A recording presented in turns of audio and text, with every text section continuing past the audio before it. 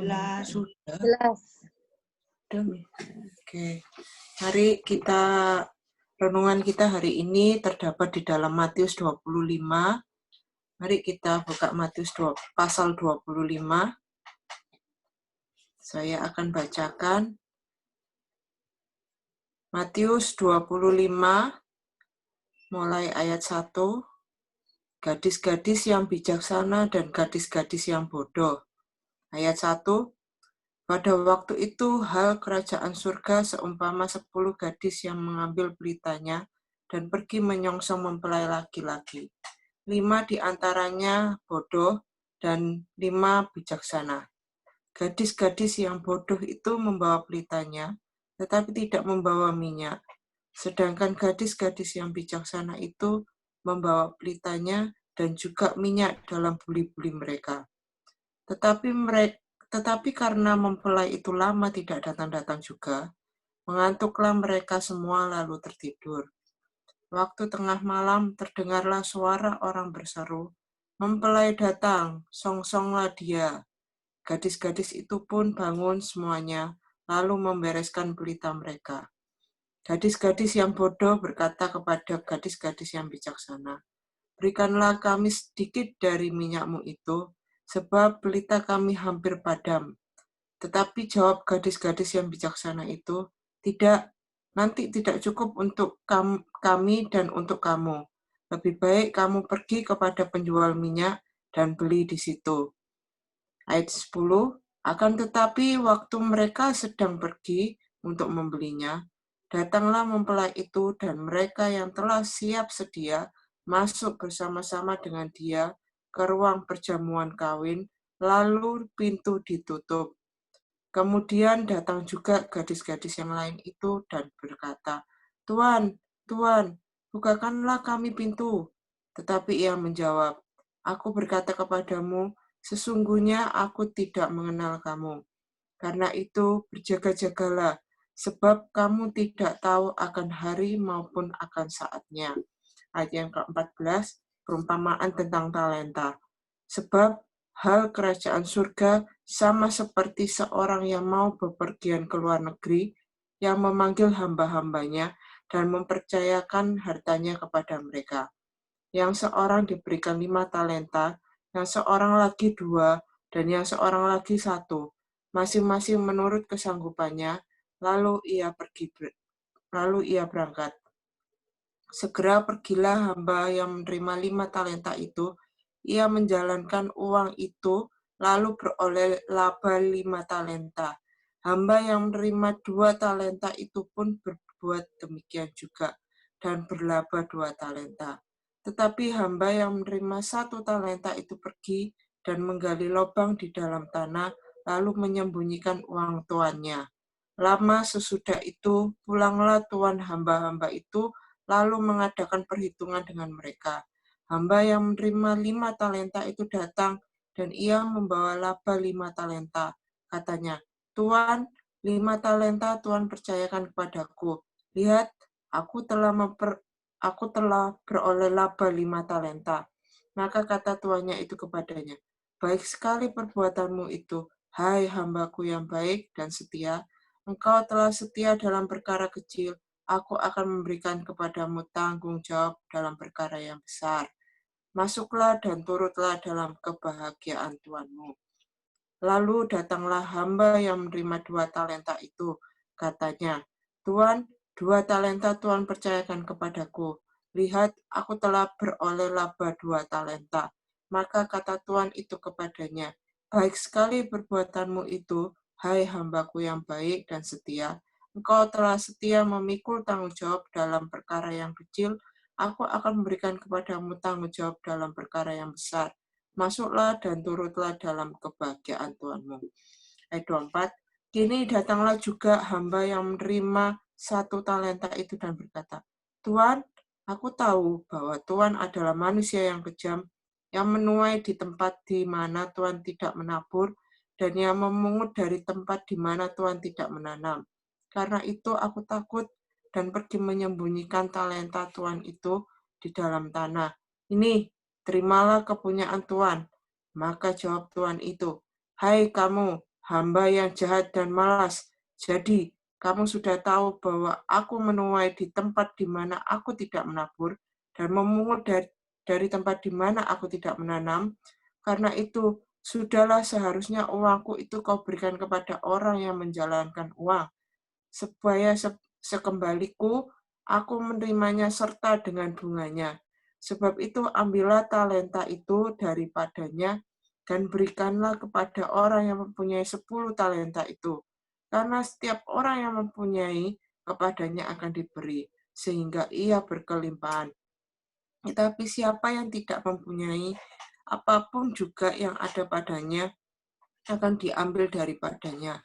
Dan campakkanlah hamba yang tidak berguna itu ke dalam kegelapan yang paling gelap, di sanalah akan terdapat ratap dan kotak gigi. Penghakiman terakhir, ayat 31. Apabila Anak Manusia datang dalam kemuliaannya, dan semua malaikat bersama-sama dengan dia, maka ia akan bersemayam di atas tahta kemuliaannya. Lalu semua bangsa akan dikumpulkan di hadapannya, dan ia akan memisahkan mereka seorang daripada seorang, sama seperti gembala memisahkan domba dari kambing. Dan ia akan menempatkan domba-domba di sebelah kanannya dan kambing-kambing di sebelah kirinya. Dan raja itu akan berkata kepada mereka yang di sebelah kanannya, "Mari, hai kamu yang diberkati oleh Bapa-Ku, terimalah kerajaan yang telah disediakan bagimu sejak dunia dijadikan. Sebab ketika aku lapar, kamu memberi aku makan. Ketika aku haus, kamu memberi aku minum. Ketika aku seorang asing, kamu memberi aku tumpangan. Ketika aku telanjang, kamu memberi aku pakaian. Ketika aku sakit, kamu melawat aku. Ketika aku di dalam penjara, kamu mengunjungi aku." Maka orang-orang benar itu akan menjawab dia. Katanya, "Tuhan, bagaimanakah kami melihat engkau lapar, dan kami memberi engkau makan, atau haus, dan kami memberi engkau minum? Bila manakah kami melihat engkau sebagai orang asing, dan kami memberi engkau tumpangan, atau telanjang, dan kami memberi engkau pakaian? Bila manakah kami melihat engkau sakit, atau dalam penjara, dan kami mengunjungi engkau?" Dan raja itu menjawab mereka, "Aku berkata kepadamu, sesungguhnya segala sesuatu yang kamu lakukan untuk salah seorang dari saudaraku yang paling hina ini, kamu telah melakukannya untuk aku." Dan ia akan berkata juga kepada mereka yang di sebelah kirinya, "Enyahlah dari hadapanku, hai kamu orang-orang terkutuk, enyahlah ke dalam api yang kekal yang telah sedia untuk iblis dan malaikat-malaikatnya. Sebab ketika aku lapar, kamu tidak memberi aku makan. Ketika aku haus, kamu tidak memberi aku minum. Ketika aku seorang asing, kamu tidak memberi aku tumpangan. Ketika aku telanjang, kamu tidak memberi aku pakaian. Ketika aku sakit dan dalam penjara, kamu tidak melawat aku." Lalu mereka pun akan menjawab dia. Katanya, "Tuhan, Tuhan, bagaimanakah kami melihat engkau lapar dan haus, atau sebagai orang asing, atau telanjang, atau sakit, atau dalam penjara, dan kami tidak melayani engkau?" Maka ia akan menjawab mereka, "Aku berkata kepadamu, sesungguhnya segala sesuatu yang tidak kamu lakukan untuk salah seorang dari yang paling hina ini, kamu tidak melakukannya juga untuk aku." Dan mereka ini akan masuk ke tempat siksaan yang kekal, tetapi orang yang benar ke dalam hidup yang kekal. Amin. Di dalam Matius 25 ini terdapat 3 perumpamaan yang disampaikan oleh Matius. Nah, ini tentang kedatangan Tuhan. Tentang kedatangan Tuhan kembali. Nah, saya akan sebentar aja membahas tentang kedatangan Tuhan, kedatangan Yesus kembali. Yang pertama, kedatangan Yesus kembali akan menjadi saat pemisahan. orang yang bijaksana akan dipisahkan dari orang yang bodoh, hamba yang setia dari hamba yang tidak setia, yang diberkati yaitu domba dari yang terkutuk yaitu kambing, gadis-gadis yang bijaksana memiliki minyak dan siap bertemu mempelai laki-laki. Nah, jadi kedatangan Tuhan yang pertama itu menjadi saat pemisahan. Menjadi saat pemisahan, jadi yang bijaksana dan yang bodoh, yang setia dengan yang tidak setia, yang terkutuk dengan yang diberkati. Nah, jadi nanti bahkan mungkin mulai sekarang sudah kelihatan ya, sudah kelihatan bahwa akan terjadi pemisahan menjelang kedatangan Tuhan ini, akan ada pemisahan antara orang yang bodoh dan gadis yang bodoh dan gadis yang bijaksana. Jadi gadis yang bijaksana itu mempunyai minyak dan siap bertemu mempelai laki-lakinya. Banyak orang yang mengaku sebagai orang Kristen, tetapi minyak itu apa sih? Minyak itu yaitu Roh Kudus. Mari kita buka di dalam Roma 8 ayat 9. Roma 8 ayat yang ke-9.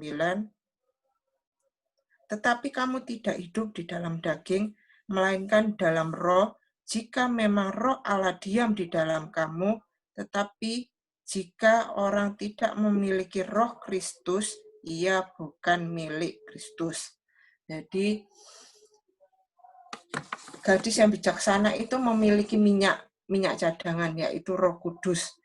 Dan dia harus dilahirkan kembali. Kadang ada orang-orang Kristen, mereka yang kelihatan sama-sama melayani, sama-sama Kristen di dalam gereja, mereka berbaur, tetapi dia tidak memiliki cadangan minyak. Nah, kelihatannya mereka selamat, tetapi ternyata saat nanti kedatangan Tuhan kembali, kita nggak tahu, makanya kita harus mempersiapkan diri kita masing-masing. Kita harus penuh dengan Roh Kudus, apalagi kemarin kita sudah mengalami Pentakosta ya, dan ada nubuatan dari salah satu pendeta besar di Indonesia bahwa musim ini adalah Pentakosta ketiga. Nah, Pentakosta ketiga yaitu setelah yang pertama dulu yang zamannya Tuhan Yesus dan rasul-rasul di loteng, yang kedua Azusa Street, dan sekarang gelombang yang ketiga akan terjadi pencurahan Roh Kudus besar-besaran. Nah, mari kita tangkap api itu, bahwa ini saatnya kita memenuhi diri kita sendiri dengan minyak-minyak buli-buli yang kita persiapkan untuk diri kita masing-masing. Karena seperti Pak Gembala juga dulu kita sering kan Pak Gembala bilang, kita masuk surga itu enggak gandolan, ya kan? Kita masuk surga itu pribadi masing-masing. Saya anaknya Mami, ya kan, anaknya Bu Gembala. Enggak bisa, oh Mi nanti aku gandolan masuk surga gitu. Enggak bisa.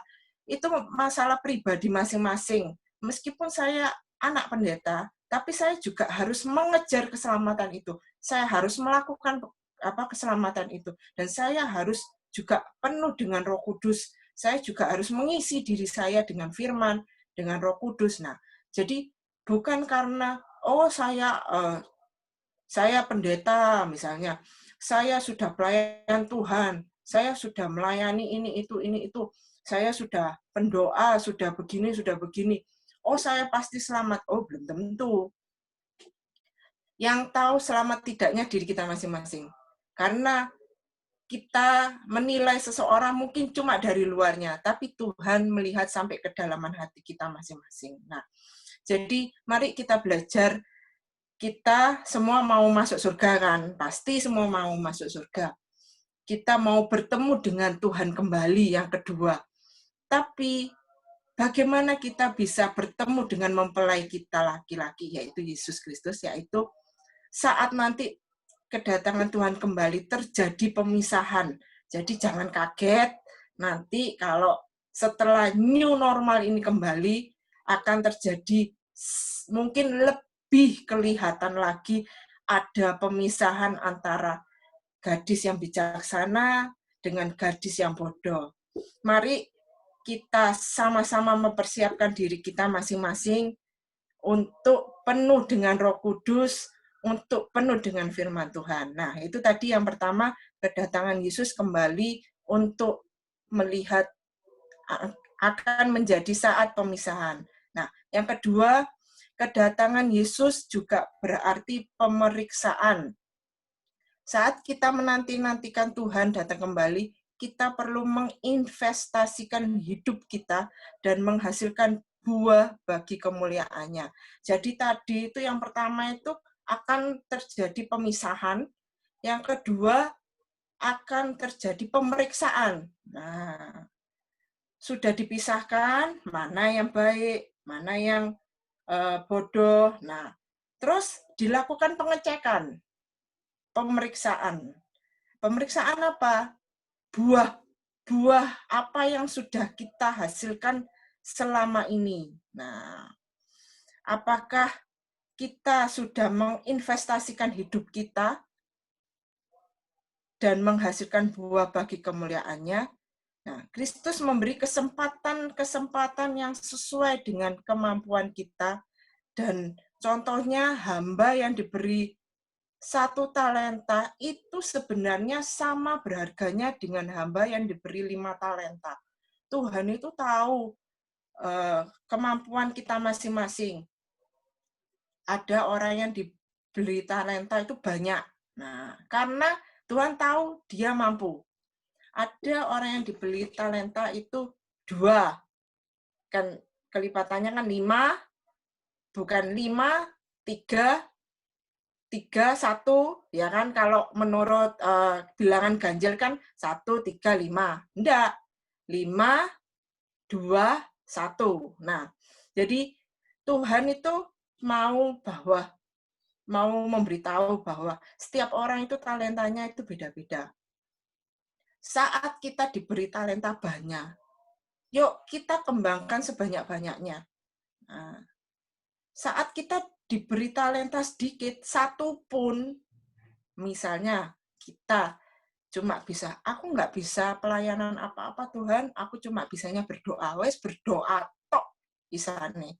Ya wes kita kembangkan talenta itu, berdoa itu cuma 1 talenta itu aja. Kita kembangkan. Nanti kalau benar-benar kita kembangkan, Tuhan akan menambahkan talenta itu. Jadi saat Tuhan memberikan talenta itu, Tuhan tahu sesuai dengan kemampuan kita masing-masing. Dan hamba yang diberi 1 talenta sama berharganya dengan hamba yang diberi 5 talenta. Tapi kuncinya adalah kesetiaan. Nah, kesetiaan. Di dalam 1 Korintus 4 ayat 2, saya bacakan. 1 Korintus 4 ayat 2. Yang akhirnya dituntut dari pelayan-pelayan yang demikian ialah bahwa mereka ternyata dapat dipercayai. Jadi, kesetiaan saat pemeriksaan terjadi, Tuhan melihat kesetiaan kita. Nah, jadi, ukuran Tuhan itu sesuai dengan diri kita masing-masing kok. Tuhan itu tidak akan memberi kita itu terlalu apa ya istilahnya, muluk-muluk gitu loh. Sesuai dengan diri kita masing-masing. Tapi tergantung kita juga, kita mau kembangkan atau enggak dengan kesetiaan tadi. Nah, mari kita sama-sama melangkah dengan iman dan percaya bahwa Tuhan akan selalu menyertai kita melalui talenta-talenta yang kita kembangkan. Itu tadi yang kedua, tentang kedatangan Tuhan melakukan pemeriksaan. Yang ketiga, kedatangan Kristus kembali akan menjadi saat penghargaan. Jadi ajang penghargaan. Jadi saat sudah ada pemisahan, nah yang baik dengan yang bijaksana dengan yang bodoh, terjadi pengecekan. Nah, pemeriksaan. Setelah pemeriksaan, nah, apakah kita berbuah? Buah apa yang kita hasilkan? Yang ketiga, penghargaan. Nah, ada award, ada hadiah penghargaan yang akan terjadi. Nah, kita akan nanti kita nggak tahu saat nanti kita akan terkejut bahwa kadang ada hal-hal pelayanan yang kita sendiri anggap sepele, tetapi itu Tuhan perhitungkan. Jadi seluruh kehidupan kita adalah pelayanan. Jadi apapun yang kita lakukan, yuk kita sama-sama kerjakan bahwa kita akan melakukan semua itu untuk mempersiapkan diri kita, memenuhi buli-buli minyak kita, untuk persiapan kita nanti menjelang kedatangan Tuhan yang kedua.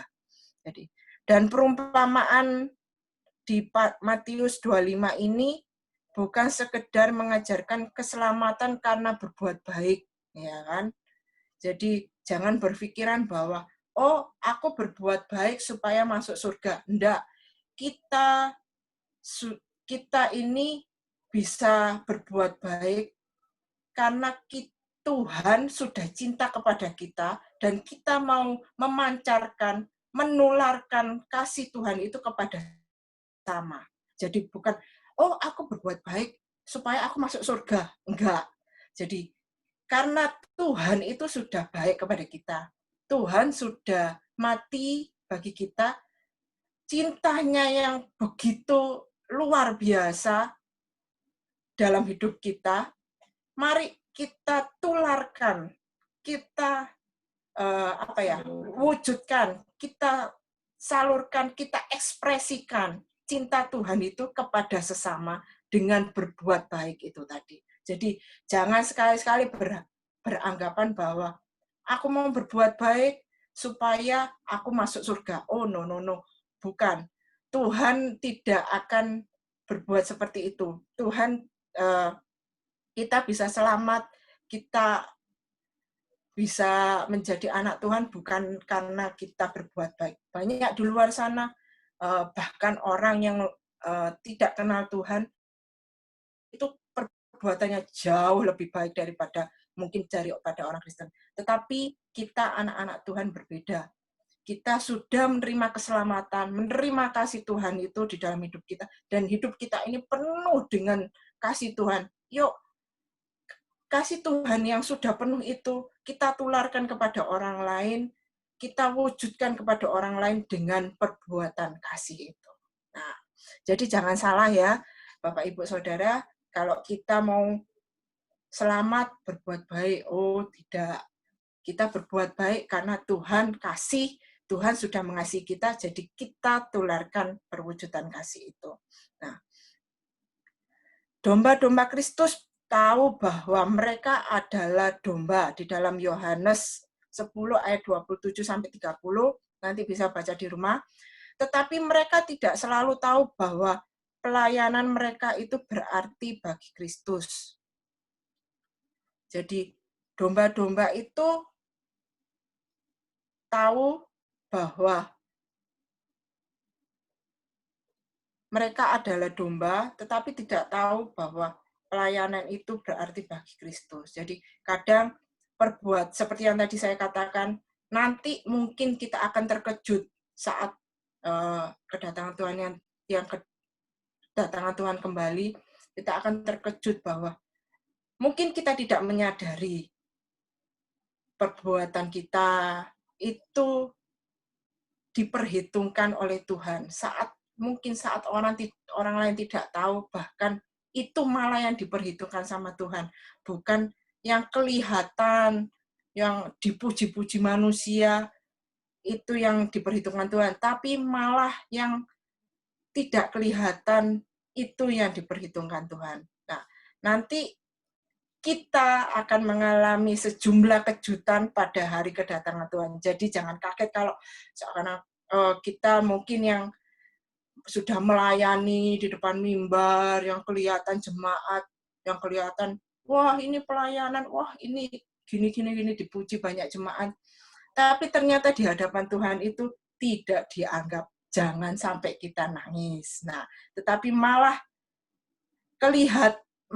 pelayanan yang tidak kelihatan, pelayanan yang kita anggap sepele, mungkin, wah kayak percumalah melakukan ini, toh manusia nggak ada yang tahu, toh gembalaku nggak ketok kok, ngapain aku juga pelayanan ini. Nah, tapi Tuhan itu malah memperhitungkan. Makanya kita belajar tadi yang pertama, kedatangan Yesus kembali akan terjadi pemisahan. Yang kedua, sesudah terjadi pemisahan, akan terjadi pemeriksaan, pengecekan. Nah, mungkin sekarang ada checkpoint ya, nah, banyak checkpoint pemeriksaan. Nah, sesudah ada pemeriksaan, nanti yang masuk dalam kerajaan Tuhan, kerajaan surga, akan mendapat penghargaan, dapat award. Nah, nanti dapat mahkota penghargaan. Jadi jangan kaget nanti kalau terjadi pemisahan. Setelah pemeriksaan, jangan lupa ada pengecekan, pemeriksaan. Sesudah ada pemeriksaan, enggak diperiksa toh, terus ditinggal gitu toh, enggak. Sudah ada pemeriksaan, ada penghargaan, dapat mahkota. Nah, mari kita sama-sama belajar saat ini untuk mempersiapkan diri kita masing-masing menjelang kedatangan Tuhan yang kembali. Nah, kita sama-sama tetap setia melayani Tuhan karena pelayanan-pelayanan besar mengungkapkan potensi yang ada di dalam diri kita. Jadi pelayanan-pelayanan besar itu mengungkapkan potensi yang ada di dalam diri kita. Dan pelayanan-pelayanan kecil mengungkapkan pengabdian kita. Jadi pengabdian kita, kesetiaan kita itu diungkapkan dari pelayanan-pelayanan kecil yang tidak kelihatan oleh manusia, yang mungkin juga kita sepelehkan, tetapi itu mengungkapkan pengabdian kita kepada Tuhan. Jadi saya ulangi lagi, pelayanan-pelayanan besar mengungkapkan potensi yang ada di dalam diri kita. Tetapi pelayanan-pelayanan kecil mengungkapkan pengabdian kita kepada Tuhan. Mari kita sama-sama melayani Tuhan, sama-sama mempersiapkan diri untuk memenuhi buli-buli minyak kita sebanyak-banyaknya, penuh dengan cadangan. Kita tidak tahu saatnya akan tiba, kita akan menyongsong, mempelai laki-laki kita sama-sama menyongsong dengan sukacita, dan kita akan masuk dalam kerajaan di dalam pesta pernikahan itu. Amin. Saya kembalikan pada Ibu Gembala. Shalom. Shalom. Puji Tuhan. Saya percaya dan yakin semua mengerti kehendak Allah di dalam perumpamaan tadi sudah jelas. Kalau mau dapat mahkota, kita harus melakukan yang baik, bukan oleh kuat dan gagah kita, tapi Roh Kudus yang ada di dalam hidup kita. Kenapa ya? Saya cuma simak, saudara pikir. Dan saya juga mikir, kenapa bawa pelita harus bawa buli-buli minyak? Artinya Roh Kudus Ya memang, Roh Kudus itu Roh Allah. Kalau kita tidak miliki minyak, tidak miliki Roh Kudus. Roh Kudus itu datangnya dari Allah, tempatnya di mana? Di sorga. Kita berpikiran sederhana aja. Tempatnya di sorga, nanti kalau kita melakukan perkara-perkara yang Roh Kudus suruh menurut kehendak Tuhan, kehendak Allah, saat pemisahan, saat pemeriksaan, saat kita mendapat penghargaan, Roh Kudus itu yang akan membawa kita ke sorga. Roh Kudus itu yang membawa kita mendapatkan penghargaan, mendapatkan mahkota. Puji Tuhan, sebab itu isilah buli-bulimu, isilah minyakmu, isilah Roh Kudus dalam hidup kita dengan pekerjaan-pekerjaannya. Saya percaya dan yakin bahwa Roh Kudus itu membawa kita ke surga. Karena seperti orang berpergian ke satu daerah, contohnya Bali, kalau kita mau keliling, lihat daerah-daerah wisatawan, saudara harus bawa orang yang tinggal di Bali, kan? Yang tahu keadaan Bali. Nah, kita saat ini punya Roh Kudus. Yang diberikan Allah itu dulu tinggalnya di mana? Di sorga, sekarang tinggal di hati kita. Mari kita sungguh-sungguh pelihara suara Roh Kudus, pimpinannya, tuntunannya, nanti akan membawa kita juga ke surga. Puji Tuhan, saya percaya pemikiran yang sederhana Tuhan inginkan kita mengerti dan memahami serta melakukannya. Terima kasih. Tuhan Yesus memberkati. Amin. Terima kasih. Ya bala bala bala bala bala bala bala bala bala bala bala bala bala bala bala. La bala bala bala bala bala bala bala bala bala. Terima kasih Tuhan. Kami mau kembangkan apa yang Tuhan sudah berikan di dalam hidup kami. Tuhan, terima kasih Roh Kudus memampukan kami terus berjalan menurut kehendak-Mu, menurut tuntunan-Mu Tuhan. Sehingga kami melakukan kehendak Bapa. Karena firman Tuhan katakan bukan orang yang berseru Tuhan, Tuhan. Tetapi orang yang melakukan kehendak Bapa. Itu yang masuk surga. Terima kasih Tuhan. Ajar kami. Tuntun kami. Tolong kami. Hibur kami. Untuk senantiasa melakukan kehendak Bapa.